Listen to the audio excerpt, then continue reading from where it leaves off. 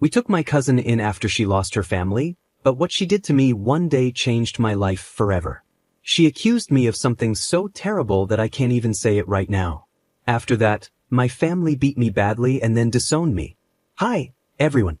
I'm a 38-year-old man, and I have a problem I need help with today. I feel really conflicted and alone. I have nowhere else to turn, and since I've been reading stories here for a while, I thought this would be the best place to share mine. I'd really appreciate any advice you could offer me. There's a lot of background, so I need to go over some things. This is going to be a long story. First, let me tell you about my terrible cousin, Rachel. She's the worst person I've ever known. I know that sounds harsh to say about a family member, but for Rachel, it's true. Then there's my mom and dad, which is a whole other issue, and I'll get into that soon. As I got older and learned about psychology and why people do bad things, I tried to give Rachel the benefit of the doubt. But in the end, I just couldn't forgive her, and I still hate my whole family because of what happened. Sure, Rachel had a tough childhood. My uncle, who was Rachel's dad and my dad's brother, was the black sheep of the family. He was an abusive, lazy man who drank and smoked all the time and never worked. He hurt Rachel, and her mom wasn't much better. I understand how trauma can deeply affect people, especially when they experience it at a young age. But I believe it's our responsibility as people to deal with our trauma so that we don't pass that pain on to others. We ended up passing the pain we felt onto others around us. Sadly, Rachel never learned to break this cycle and became a lot like her parents in many ways. My parents knew about Rachel's tough home life, so they were always very protective of her. They tried to help by calling Child Protective Services on my aunt and uncle, but when the authorities showed up, Rachel's parents always managed to talk their way out of trouble. Then one day, Rachel's parents were in a car accident. They were running from the police after robbing a store to support their drug habit. They crashed their car and both died. Rachel was left an orphan, which is a difficult thing to go through, even when your parents are as awful as hers were. Instead of letting her end up in the foster care system, my parents decided to adopt her. Even though I didn't know Rachel very well, despite all our family get-togethers, and even though our interactions as kids were always unpleasant, I was kind of excited about having a little sister move in. Sure, she was only a year younger than me, but as an only child, I often felt lonely and thought it would be fun to have someone to play with. If only I had known how much my life would change after that, I would have begged my parents to send her far away, because her heart was as cold as ice. My mom and dad weren't perfect parents either. They drank a lot and weren't great with managing money, but they worked hard to provide for me. They did their best to support me, but even when I was young, I overheard my mom talking to her friends. She would say how she had always wanted a daughter instead of a son. She didn't know I was nearby listening, but even as a little kid, I understood what she meant. Those words cut deep, like a knife. As soon as Rachel moved in, it felt like my mom and dad acted like I didn't exist anymore. I've always been a shy, awkward kid, and I guess that disappointed my traditional parents. My dad had been the captain of the football team in high school, but I couldn't even throw a ball without tripping over my own feet. I was clumsy and didn't know how to talk to girls, while my dad had been a ladies' man, dating all over town before settling down with my mom. No matter what I did, I couldn't get a girl to like me. My parents always told me I needed to toughen up. They said I was too soft, so my self-esteem was already pretty low. But when Rachel came into the picture, it was completely destroyed. Mom and dad adored Rachel. They treated her like she could do no wrong. If she drew a picture, no matter how bad it looked, they would hang it on the fridge. But when I drew something, they'd barely glance at it before tossing it aside. Rachel would get praised for getting BS in school, while I got straight A's, and they never once told me they were proud of me. She always got the best birthday parties, the best Christmas gifts, and everything she wanted. When Rachel started going to school with me, things only got worse. She was a grade below me, but she did everything she could to make my life miserable. I was an awkward nerd, and Rachel was pretty, popular, and loved to gossip. She quickly became part of the cool crowd, the jocks and the cheerleaders, the same people who loved picking on me. Rachel fit right in with them, like a fish in water. Her boyfriend was the captain of the football team, and he was also my biggest bully. He and his friends would do horrible things to me, like shoving my head in the toilet and other humiliating acts. No matter how hard I tried to stay out of their way, I got beaten up every single day. Rachel never once stood up for me. Instead, she'd watch with a smirk on her face, or sometimes even laugh. I'm not exaggerating when I say she acted like a sociopath. She made my life at school a living nightmare, and she wasn't satisfied with just that. She also made sure my home life was just as unbearable. It felt like I was living in a prison, and the torment would start all over again the next day at school. I never got a break. The emotional damage I suffered during that time can't be overstated. It changed me forever. I'm scarred because of all the abuse I went through. I tried telling my parents about the bullying at school, but they brushed it off like it was nothing. They said it was just boys being boys. My dad would always tell me I needed to man up, as if that would fix everything. I wanted the bullying to stop. My parents saw me with black eyes and bruises, but they still didn't care. Rachel would just stand there and laugh during these talks. Besides that, she was always making up lies about me. She would break things around the house and blame me. Sometimes she would even cry and tell my parents that I hit her. She was so good at lying that she almost made me doubt myself, like maybe I really did what she said. Of course, my parents believed everything she told them. I lost track of how many times I was unfairly punished for things I didn't do. Over time, this started to wear me down. I felt worthless and became more and more depressed. As the stress piled up, my grades started to slip. Even though my grades were still better than Rachel's, my parents scolded me for it. This just made me feel even worse. Because my grades dropped, I couldn't get into the university I dreamed of. I felt stuck in our small town, in that miserable house. I ended up going to a local community college and worked hard on an engineering degree. I just wanted to be successful and get far away from my awful family. Rachel, on the other hand, had no plans for her future. She didn't even graduate from high school. She dropped out at the start of her senior year and began sleeping with nearly every guy in town. She partied all the time, got hooked on drugs, and my parents kept making excuses for her. They would say something weak like they disapproved of her behavior, but they were too soft on her. They made it easy for her to keep acting the way she did. During this time, I was still living at home, and Rachel's treatment of me got even worse. I remember one night she had a party at the house with her boyfriend at the time. She had a bunch of boyfriends. All her friends were there, and I was trying to study for an exam. I asked them politely if they could quiet down, speaking in the nicest way possible. But Rachel and her boyfriend took it the wrong way. She told her boyfriend to kick my butt, and he did just that. He beat me so badly that I had to call the police. I was taken to the hospital for my injuries, but my parents and Rachel told me I was the one overreacting. They even convinced me not to press charges against that guy.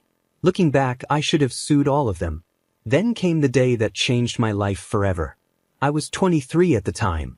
Rachel always had to be the center of attention. Everything had to revolve around her, like she was the center of the universe. Whenever something went wrong in her life, she took it out on others. She was often rude to my parents, even though they had done so much for her over the years. But whenever anything went wrong in her life, I was always her main target. Recently, Rachel had been dumped by another boyfriend.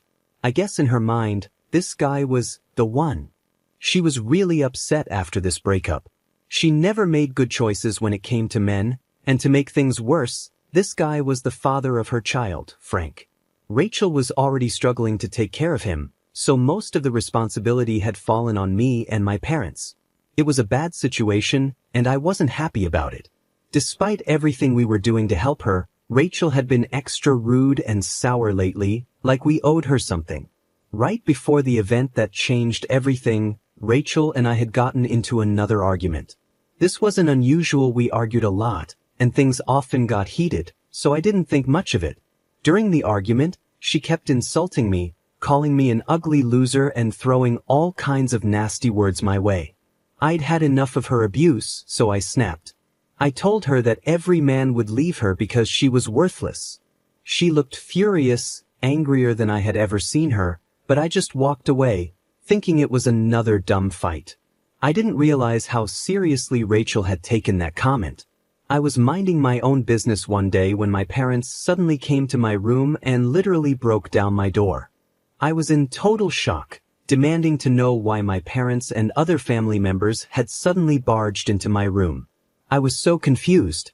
Then I saw Rachel walk in, crying like she was heartbroken, but I knew it was all fake. I had a bad feeling about what was coming, and sadly, I was right. That's when Rachel dropped a huge lie on me, and it hit me hard.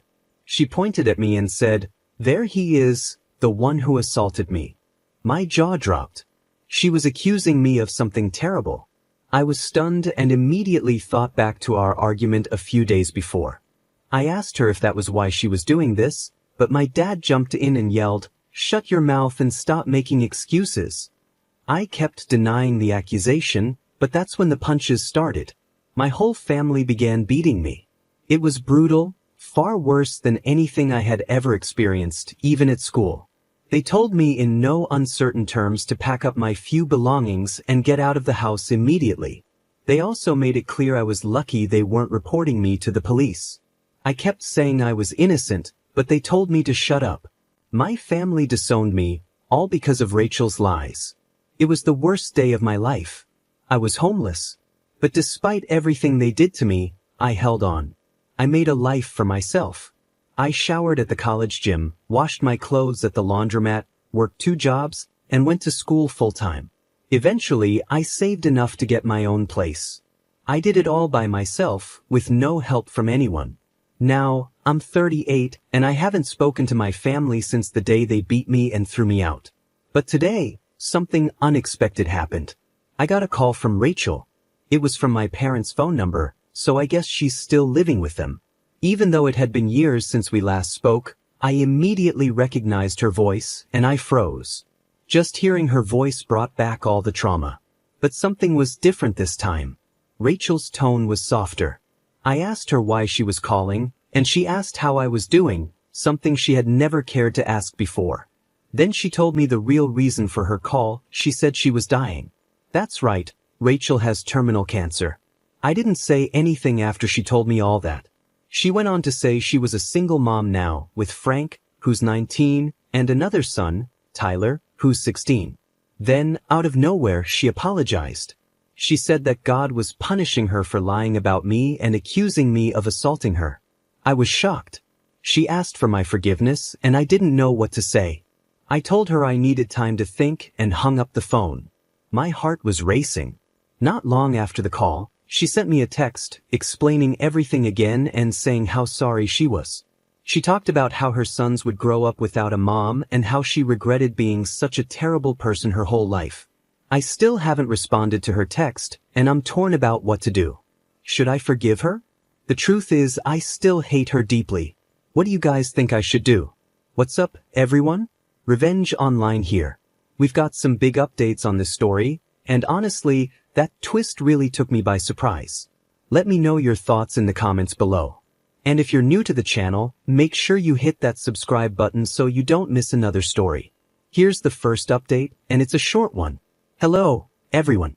OP here with an update. I got a lot of great advice. Some people said I should forgive Rachel and move on. I get the idea that holding on to hate is just extra baggage. But others said that Rachel's illness isn't a good enough reason to forgive her for all she's done. My family is probably still as toxic as ever. After thinking it over, I made my decision. This might upset some of you, but I chose the path of revenge. I found Rachel's Facebook page and saw that her sons, Tyler and Frank, were on her friends list. I sent them screenshots of Rachel's confession. Then, I tracked down her ex-husband and sent him the same screenshots. Finally, I sent them to my parents and the rest of the family. I want everyone to know what kind of person Rachel really is. I should probably be more worried about the fallout from all this, but honestly, I don't care. I'll keep you all updated on what happens next. Update number 2. Good afternoon, everyone. OP here, and wow, do I have an update for you. Can you believe my parents actually called me today with a load of nonsense? It's been 17 years since we last spoke, and honestly, I had no desire to talk to them again. I should have known they would try to reach out after I dropped that bombshell about their golden child, Rachel. To my surprise, at first, Mom and Dad were pretty apologetic. They admitted that it was wrong to disown me just based on Rachel's lies without hearing my side of the story. I reminded them that they had a habit of doing that long before this whole incident even happened. I guess they expected me to be happier about their apology, but when I wasn't, They quickly changed the subject to Rachel's cancer. They said I was wrong to involve Rachel's kids and ex-husband and told me I should have waited longer to share the truth with the family. I was blunt and told them I didn't care. I reminded them that they should have thought about all this before they disowned me and ruined my life. I also made sure to bring up how they conveniently forgot about the time the whole family beat me up. I was furious. I hung up, hoping to never hear from them again. Update number 3. Hello, everyone. Today is a beautiful day, and I've got some big news to share with you. I got another phone call from my parents this morning. I hesitated to answer, but I figured it must be important if they were calling again, so I picked up. My parents were in tears, crying uncontrollably. They told me Rachel passed away this morning. But it's only been 5 days since she confessed her lies to me, and now she's gone. I know this might sound cold or heartless, but I didn't feel anything. Not a single thing. My parents asked why I wasn't saying anything, and I told them straight up, I don't care. They called me heartless and cruel for saying that about my own cousin, but I reminded them that they were the ones who had abandoned their only son. I could hear them starting to protest and scold me, but in that moment, I realized I had the power now, not them. I hung up the phone just like I did the day before. Rachel's gone, so at least she won't be around to mess with me anymore. But I feel like my family still doesn't get the message. They need to learn a lesson, and I don't want to sound mean, but I think a little more revenge is necessary to make sure they understand. So, I've come up with a plan, and I'll soon be back to explain what's next. Update number 4. Hey guys, OP here with another update. Today was amazing, everything went just as I planned. Let me get right to it and tell you what happened. It wasn't hard to find the details about Rachel's funeral. Honestly, I was surprised they were even having a funeral for her, considering what kind of person she was. But I found the information online and started preparing. I even rented a tuxedo to make sure I looked sharp. Of course, I wasn't invited to the funeral, so I decided to invite myself. I figured it would be a nice surprise for my dear family. After all, none of them had seen me in 17 years, and they never bothered to check how I was doing. Now it was time to show them who's in charge. I arrived at the funeral a little late, and the service had already started. When I walked through the church doors, I saw a surprisingly big crowd there to say goodbye to Rachel.